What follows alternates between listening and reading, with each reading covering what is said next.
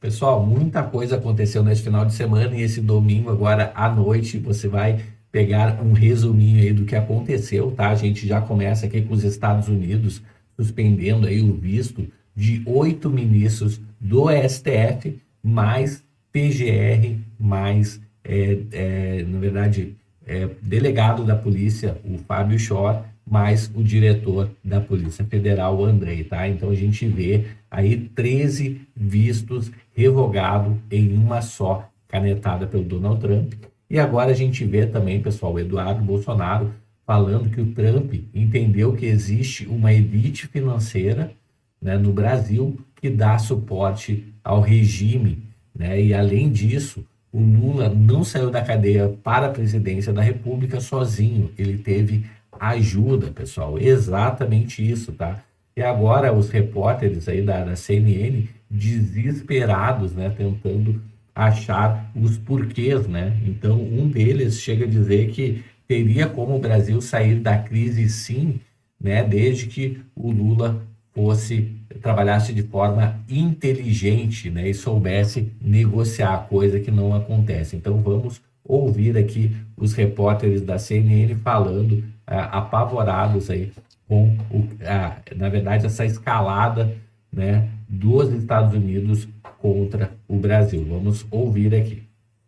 Embaixadora do Brasil, a nossa representante em Washington não conseguiu falar com ninguém do Departamento de Estado. Isso soa para mim quase que um rompimento. O quão exagerada é essa minha visão? Há um rompimento diplomático neste momento entre os países?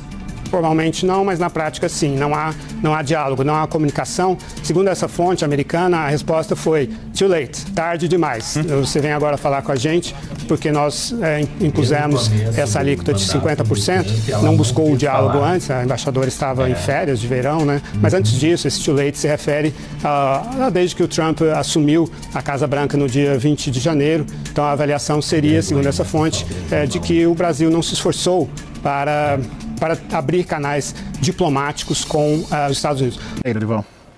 É uma escalada, né? E essa tem sido a dinâmica com outros países também, com o Canadá, com a China, né? E ali não havia um componente político e ideológico como há com o Brasil, né? Esse é uma agravante importante. O presidente Trump claramente está tomando isso como uma questão pessoal, como um desafio ao poder dele, e isso é preocupante. Ao mesmo tempo, o Eduardo Bolsonaro aparentemente sendo favorecido com um processo sumário, rápido, um fast track para a concessão de visto de residência, tendo um apoio de um centro lá na Universidade Internacional da Flórida, que é custeado pelo governador Ron DeSantis, e o Eduardo Bolsonaro circulando ali no entorno do Trump, que convive ali na Flórida e tal, embora ele esteja baseado no Texas. O Brasil é o principal alvo dos Estados Unidos? Hoje, sexta-feira. Essa semana, vai. Nenhum país atualmente que tenha relações, né, com os Estados Unidos está com negociações comerciais tão travadas como o Brasil. Inclusive os do BRICS. E o Brasil não está negociando. Hoje eu vi um levantamento, não sei se enfim, muito provavelmente você teve acesso, de que o Brasil, ou o presidente brasileiro, no caso o presidente Lula, é o único de uma série de, sei lá, 20, 30, 40 países que não conversou com o Trump. Até hoje. Os empresários que atuam junto ao governo, articulando uma estratégia para derrubar o fase de Donald Trump, relataram que a operação da Polícia Federal e a decisão do Supremo Tribunal Federal desta sexta-feira dificulta e muito a negociação com os Estados Unidos. Os empresários consultados pela CNN avaliam que a autonomia dos poderes nacionais é inegociável, mas consideram a ação da Polícia Federal contra Jair Bolsonaro desnecessária e que, diante do desafio da negociação tarifária, a operação poderia ter sido adiada ou evitada. Representantes do setor privado ainda relataram receio de serem usados como instrumento político pelo governo numa negociação que, segundo eles, deveria ser prioritariamente conduzida pelo Estado. Lorival, tem uma forma, você acha que teria uma forma para salvar a pátria, né, dos Estados Unidos? Algum caminho possível a ser seguido neste estágio que nós nos encontramos agora? Teria, não vai acontecer, porque o presidente Lula não vai fazer isso. Mas teria, sim, requeriria habilidade e inteligência, mas a pessoa que agiu da forma como agiu até aqui, que é o presidente Lula, não vai ter capacidade de fazer isso. Olha só, precisaria habilidade e inteligência, mas a pessoa que agiu até aqui, que é o presidente Lula, não conseguiria, não vai fazer isso. Olha isso, pessoal. Então a gente tem à frente do nosso país uma pessoa sem habilidade e sem inteligência, segundo o que acabou de falar aqui o repórter, infelizmente, o povo pagará por isso, né? Então é sempre o povo que acaba pagando por escolher mal seus representantes, né?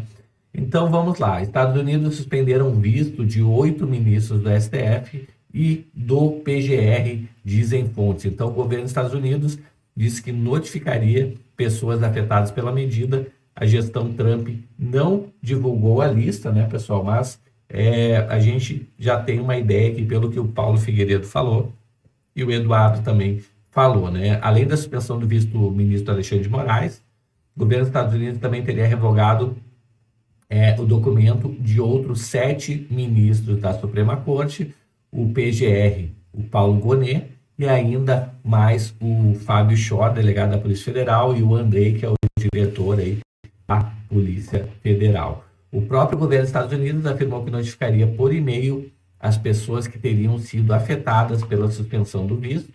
Até a publicação dessa reportagem, o governo Trump não havia divulgado uma lista oficial de quem teria perdido o visto, né? Segundo fontes do governo federal, os afetados pelas sanções dos Estados Unidos seriam presidente do STF, Luiz Roberto Barroso, tá? Pelo que a gente ficou sabendo, ele tem uma filha que estuda lá nos Estados Unidos e essa filha teria que voltar para o Brasil porque perderia o visto também. Por quê, pessoal? É tanto para a pessoa sancionada quanto para esposa, esposo e filhos, né? Parece que pai, mãe, esposa, esposo e filhos. Então, todos os diretos dessa pessoa são impactados.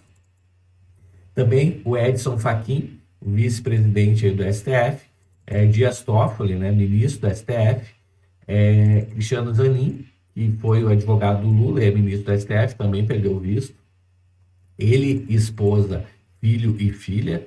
Flávio Dino, mesma coisa também, que era ministro do Lula, né? Virou ministro do STF. Também ele, esposa, filho e filha perderam o visto.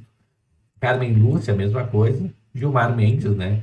Que a gente sabe que ele tem uma universidade em Portugal, lá que ele é sócio, também perdeu o visto, tá? E o Paulo Gonet, procurador-geral da República, ele esposa, filho e filha, né, pessoal? Então, de acordo com essas mesmas fontes, o ministro André Mendonça, Nunes Marques e Luiz Fux não perderam o visto. Pessoal, a gente sabe aqui que o André Mendonça e o Nunes Marques, eles foram indicados pelo Bolsonaro, né? Eles têm sido aí um alívio, se é que pode-se dizer isso, né?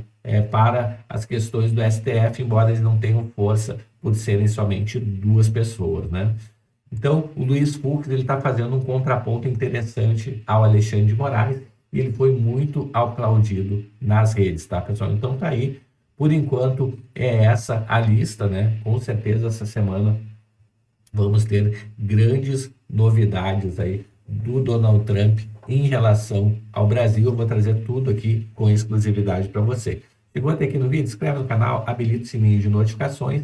Eu vou ficando por aqui, a gente se vê logo mais em um próximo vídeo. Até mais, tchau, tchau.